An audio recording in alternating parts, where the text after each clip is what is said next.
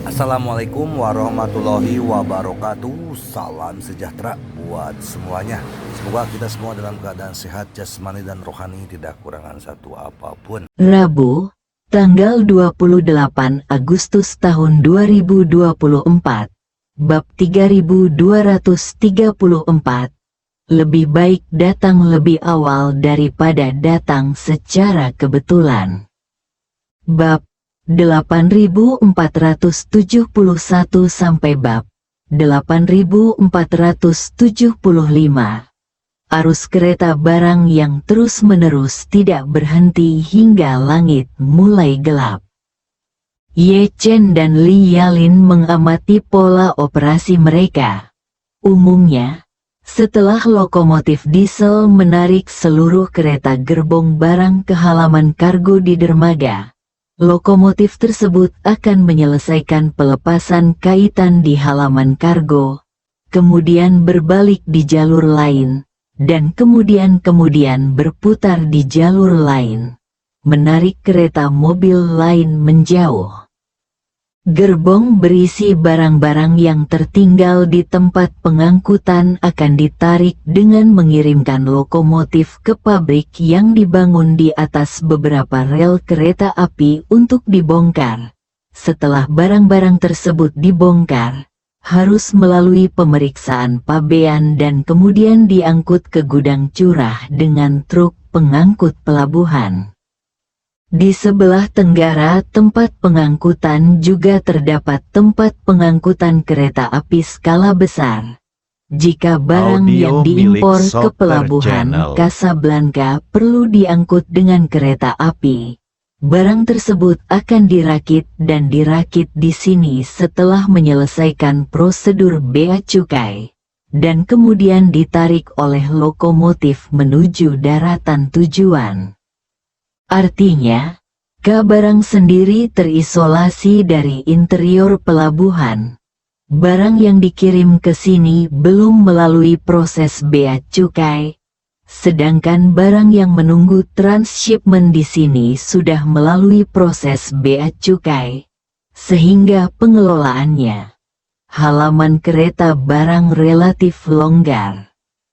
Setelah malam tiba, Ye Chen dan Li Yalin makan malam di hotel. Di restoran, Ye Chen melihat seorang pelayan muda dari Tiongkok, jadi dia bertanya kepadanya, "Anak muda, tahukah Anda bahasa apa yang lebih sering digunakan penduduk setempat?" Pelayan berkata, "Tuan, orang-orang biasa di sini lebih banyak berbicara bahasa Arab. Pejabat publik di departemen pemerintah dan staf pengajar dan staf sekolah pada dasarnya berbicara bahasa Prancis." Ye Chen mengangguk. Maroko telah lama dijajah oleh Prancis, dan bahasa Prancis sangat populer dalam pemerintahan dan sistem pendidikan, mungkin karena alasan ini. Namun, Ye Chen tidak tahu banyak tentang bahasa Prancis. Orang tuanya mengajarinya beberapa bahasa Prancis ketika dia masih kecil, tetapi dia mempelajarinya dalam waktu singkat dan jarak waktu yang lama. Jadi pemahaman Ye Chen tentang bahasa Prancis terbatas pada beberapa istilah dasar. Jadi, dia berterima kasih kepada pelayan tersebut, dan setelah pelayan itu pergi, dia bertanya kepada Li Yalin, "Bisakah Inspektur Li berbicara bahasa Prancis?" Li Yalin mengangguk dan berkata, "Karena saya telah berurusan dengan orang-orang dari negara-negara sekitar Amerika Serikat dan negara-negara Eropa sepanjang tahun, saya telah belajar bahasa Prancis dan Spanyol dan cukup mahir dalam hal itu." Ye Chen menghela nafas lega. "Itu bagus. Kalau tidak, saya harus mencari penerjemah sekarang." Li Yalin buru-buru berkata, "Tuan Ye, saya tidak tahu apa-apa tentang bahasa Arab." Ye Chen berkata, Tidak apa-apa. Orang-orang yang akan kita hubungi malam ini semuanya adalah pekerja pelabuhan. Pelabuhan sangat penting bagi Casablanca. Semua posisi manajemen di sana seharusnya sudah menerima pendidikan elit lokal sejak kecil. Bahasa Prancis harus menjadi bahasa pertama. Li Yalin mengangguk dan berkata, jika mereka berbicara bahasa Prancis, pasti baik-baik saja. Setelah makan malam, keduanya naik taksi ke kantor pengelolaan pelabuhan, yang bertanggung jawab atas pengiriman transportasi seluruh pelabuhan. Li Yalin melihat ke pintu kantor manajemen dan bertanya pada Ye Chen dengan bingung, Tuan Ye, haruskah kita langsung masuk? Ye Chen mengangguk. Dia baru saja menggunakan energi spiritualnya untuk memeriksa situasi di dalam seluruh kantor manajemen. Saat ini, selain satu personel keamanan yang bertanggung jawab atas pekerjaan keamanan di luar kantor manajemen, ada total 9 orang yang bekerja di dalam. 6 di antaranya mereka semua berada di ruangan terbesar di lantai 2, yang pasti merupakan ruang pengiriman mereka. Ide Ye Chen sangat sederhana. Cukup gunakan saran psikologis untuk mengontrol keamanan di luar pintu. Tanyakan padanya siapa orang yang paling bertanggung jawab di sini. Dan kemudian biarkan dia membawa mereka berdua untuk menemukan satu sama lain. Jadi, dia berkata kepada Li Yalin, Inspektur Li, jika Anda melihat saya menepuk bahu orang lain nanti, tanyakan langsung kepadanya dalam bahasa Prancis siapa yang bertanggung jawab di sini. Lalu minta dia untuk mengantar kita ke sana. Oke, Li Yalin mengangguk.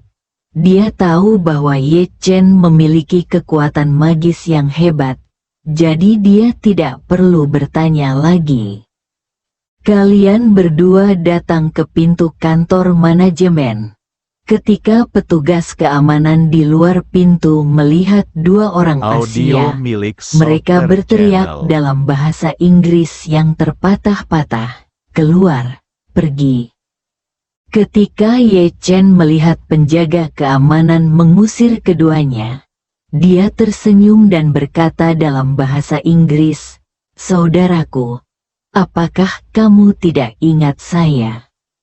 Saat dia berbicara, dia menggunakan aliran energi spiritual untuk memasuki otak orang lain, dan orang tersebut berjalan ke arahnya, berpura-pura menjadi teman lama dan menepuk bahu orang tersebut. Li Yalin dengan cepat melangkah maju dan bertanya kepadanya dalam bahasa Prancis, di mana penanggung jawab utama Anda? Pihak lain menjawab dengan jujur, wakil manajer kami bekerja shift malam di kantor. Li Yalin mengangguk, bahwa kami menemuinya. Pihak lain segera berkata, silakan ikut saya. Setelah mengatakan itu, pihak lain segera berbalik, berjalan melewati pintu, dan berjalan menuju lantai 2. Ye Chen dan Li Yalin mengikutinya sampai ke kantor kedua di ujung koridor lantai 2. Pria itu menunjuk ke pintu kantor. Li Yalin berjalan dan mengetuk 2 kali, dan berkata dalam bahasa Prancis, masuk. Li Yalin membuka pintu dan masuk, diikuti oleh Ye Chen. Ketika pria itu melihat mereka berdua, dia bertanya dengan heran, siapa kamu?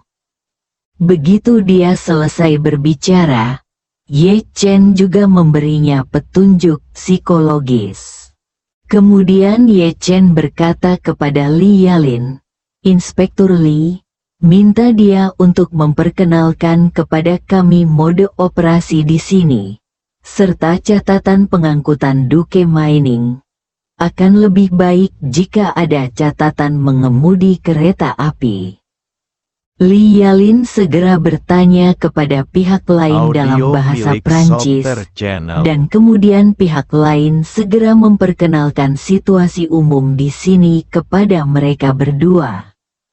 Maroko menambang hampir 40 juta ton fosfat setiap tahun, di mana lebih dari 10 juta ton diekspor.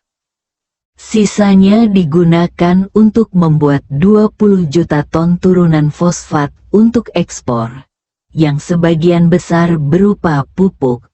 Sebagian besar dari puluhan ribu ton barang diekspor ke seluruh belahan dunia. Sebagian ekspor dicerna oleh negara-negara Afrika lainnya. Sisanya pada dasarnya diekspor dari pelabuhan Casablanca ke dunia sangat sibuk, dengan sedikitnya 100.000 penumpang setiap hari. 20 atau 30 kereta barang yang memuat barang memasuki stasiun. Kereta api yang masuk dan keluar pelabuhan tidak beroperasi 24 jam sehari, tetapi beroperasi 14 jam sehari, dari jam 7 pagi sampai jam 9 malam. Malam ini, 2 kereta barang akan memasuki stasiun dalam waktu setengah jam setelah kereta memasuki stasiun. Lebih banyak kereta akan memasuki stasiun malam ini, dan kantor manajemen juga dapat pulang kerja, hanya menyisakan 2 orang yang bertugas sehari-hari. Namun, tempat pengangkutan barang bekerja 24 jam sehari. Kereta yang datang pada malam hari harus dibongkar semalaman, dan banyak barang yang akan dikirim besok pagi harus dimuat pada malam hari. Jalur kereta api utama Maroko pada dasarnya dimiliki oleh Perkeretaapian Nasional Maroko, Perkeretaapian Nasional Maroko.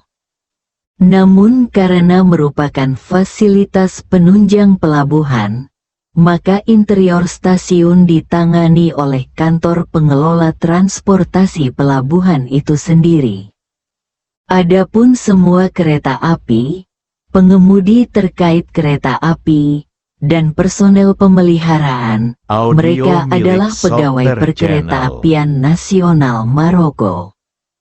Perkeretaapian Nasional Maroko juga bertanggung jawab untuk menjadwalkan rencana pengoperasian kereta barang. Ia hanya bertanggung jawab menerima rencana tersebut, mengatur urutan dan waktu bongkar muat barang sesuai dengan rencana pengoperasian kereta api, dan mengatur kereta agar berhenti di lokasi yang ditentukan, dan memuat dan membongkar muatan pada waktu yang ditentukan. Area di mana Duke Mining berada terletak di kawasan produksi inti fosfat Maroko, sekitar 200 km dari sini, dan kebetulan berada di jalur kereta api khusus untuk transportasi fosfat.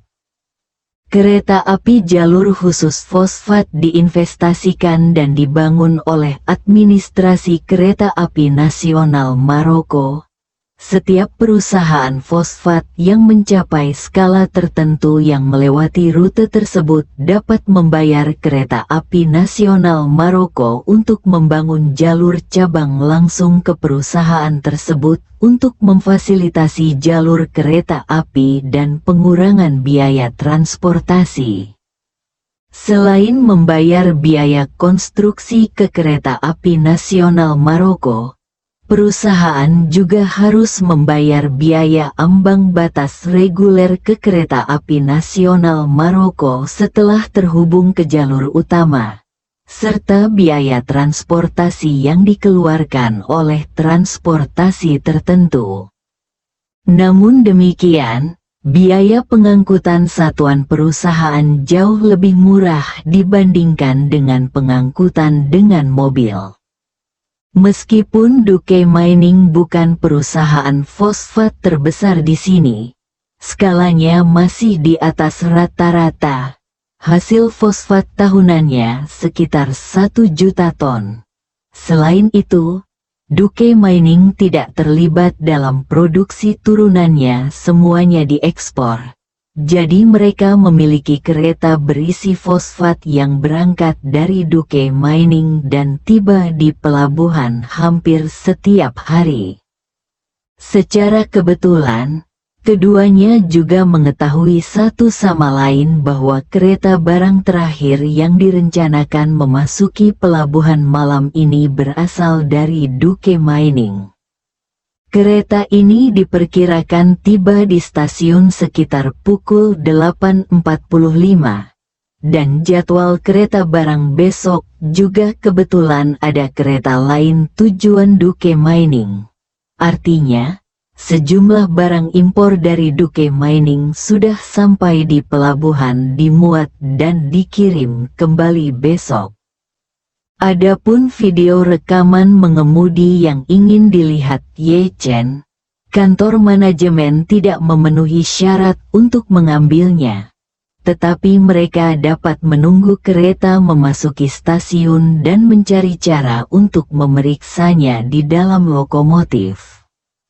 Setelah Ye Chen mendengar berita itu, dia langsung berkata kepada Li Yalin, "Lebih baik datang lebih awal daripada datang tepat waktu.